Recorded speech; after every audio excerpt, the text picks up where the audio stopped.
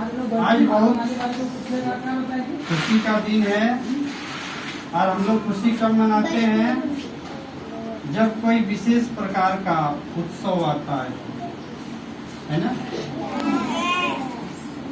कोई पर्व आता है तो आज भी एक पर्व है और यह पर्व किस तरह का है, राष्ट्रीय पर्व जो पूरे हिंदुस्तान में पूरे देश में मनाया जाता है। कुछ पर्व है जो अपने क्षेत्र में मनाते हैं, है ना, लेकिन कुछ पर्व जो है पूरे देश में मनाया जाता है। तो महात्मा गांधी के बारे में सब कोई भले किसी और का नाम जाने अथवा न जाने, लेकिन ऐसे महापुरुष हैं जिसका नाम सबके मुंह पर होता है, महात्मा गांधी। महात्मा किसको कहते हैं? जो महान आत्मा बोले। अभी सर बोले ना कि जो अपने लिए कुछ नहीं रखे, पूरे देश के लिए समर्पित कर दिए, है ना। सोच के देखो कि अपने शरीर में बर्तन कपड़ा नहीं पहनते थे, घुटने के ऊपर तक धोती, हाथ में एक लाठी एक गमछा लेकर के पूरे भारतवर्ष पैदल यात्रा किए उन्होंने।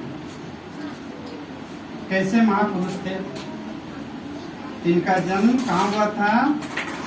गुजरात के पोरबंदर नामक स्थान में 1869 ईस्वी। इनकी पत्नी का नाम था कौन सी? पुतलीबाई। जानता है, जोर से बोलना चाहिए ना, अपने बोलता अपने सुनता। देखो इनका पूरा नाम क्या था? और इनके हाँ, ये कमलाबाई और पुतलीबाई। पुतलीबाई मेरी का नाम था माँ का, है ना सर? है। और तो पिता का नाम था करमचंद गांधी, है ना। तो बचपन से ही देखो,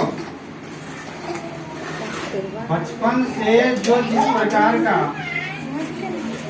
माने कि महान आत्मा भगवान देव आत्मा, इस प्रकार से महात्मा गांधी के जैसा आज तक हमारे देश में कोई उत्पन्न नहीं हुआ।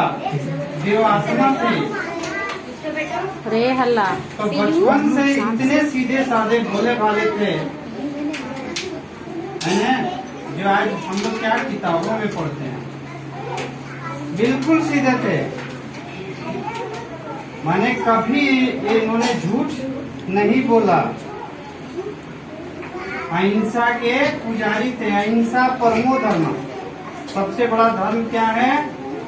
किसी जीव को कष्ट नहीं देना, उसी को कहते हैं अहिंसा। अगर किसी जीव को हम कष्ट देते हैं, दुख देते हैं, तो कष्ट दोगे तो तुम्हें श्राप देगा, है ना। किसी जीव को बद्ध करोगे, मारोगे, और उस जीव को मार करके तुम्हें कभी संतुष्टि नहीं मिलेगी। इसलिए महात्मा गांधी क्या थे? सत्य और अहिंसा के पुजारी थे। कभी ना झूठ बोलते थे और किसी जीव को कोई कष्ट देते थे। अरे ओए किंजल, देखो एक बार नहीं सुनती है। जिस क्लास में महात्मा गांधी पढ़ रहे थे, बाहर से एक निरीक्षक आए जांच करने के लिए कि हमारे क्लास में जो है कितने बच्चे कुछ जानते हैं या ना जानते हैं। उसके साथ में वो क्लास के शिक्षक भी थे। अब निरीक्षक आकर के एक एक करके सबको पूछने लगे। कोई अंग्रेजी का मीनिंग था जो सबसे पूछने लगे। तो शिक्षक को इतना बात जरूर आता था कि हमारे जो है बच्चा महात्मा गांधी जो है वो नहीं जानते। इसलिए जाकर के सर क्या बोले, उनका कान में बता दिए इसका मीनिंग ये होगा। लेकिन इतने सत्यवादी थे, सोच के देखो कि निरीक्षक एक एक करके सबको पूछे। जब महात्मा गांधी के पास गए तो उन्होंने बिल्कुल सत्य बोल दिया। अच्छा से बैठो प्लीज। कि सर मैं इसका आंसर नहीं जानता था, लेकिन शिक्षक जो आकर के मेरे कानों में शब्द को बता दिए, इसलिए मैं जान गया।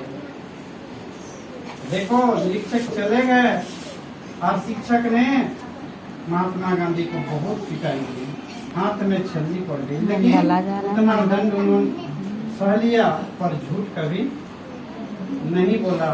तो किसी भी अवस्था में हमें क्या चाहिए कि कभी भी झूठ हमें, अगर गलती भी कर लें हम तो सच्चाई को प्रकट कर दें। कृष्णा, अगर दंड मिलेगी तो कम मिलेगी। और तुम झूठ को ही अगर एक बार झूठ बोलते हो तो एक झूठ के लिए तुम्हें 100 झूठ बोलना पड़ेगा। अगर एक ही झूठ से हमारा काम बन जाए तो फिर दूसरा झूठ बोलने का मतलब नहीं पड़ता है, लेकिन झूठ को तुम झूठ बना के रखे हो तो 100 झूठ बोलना पड़ेगा। इसलिए महात्मा गांधी के आचरण को हमें अपनाना चाहिए, है ना। सोच के देखिए कि अंग्रेजों ने यहाँ इतना कठोर कानून बना दिया था कि भारतीयों के लिए सबसे आवश्यक चीज क्या है, नमक, है ना। खाना में हम सब कुछ खा सकते हैं, लेकिन खूब सुंदर खाना बना हुआ है, यदि उसमें नमक नहीं डाला हुआ है तो क्या खाने लायक वो है? नहीं। तो अंग्रेजों ने सोचा कि भारतीयों के लिए सबसे जरूरी क्या चीज है, नमक। तो नमक जो है बंद करा दिया, सप्लाई बंद कर दिया कि भारतीयों को हम नमक खाने नहीं देते। महात्मा गांधी ने भारतीयों को, है ना, उसी जहाँ साबरमती जगह है उसी स्थान पर जा करके नमक आंदोलन लड़ाई लड़े उन्होंने, और स्वयं सब कोई मिल करके और नमक जो है अपने से बनाया। बोला अगर यदि नमक हमें ब्रिटिश जो है सरकार नहीं देती है तो हम लोग अपने से नमक बनाएंगे, है ना। कितना सारा विद्रोह उन्होंने छेड़ा, अंत में अंग्रेज को हार मान लिया।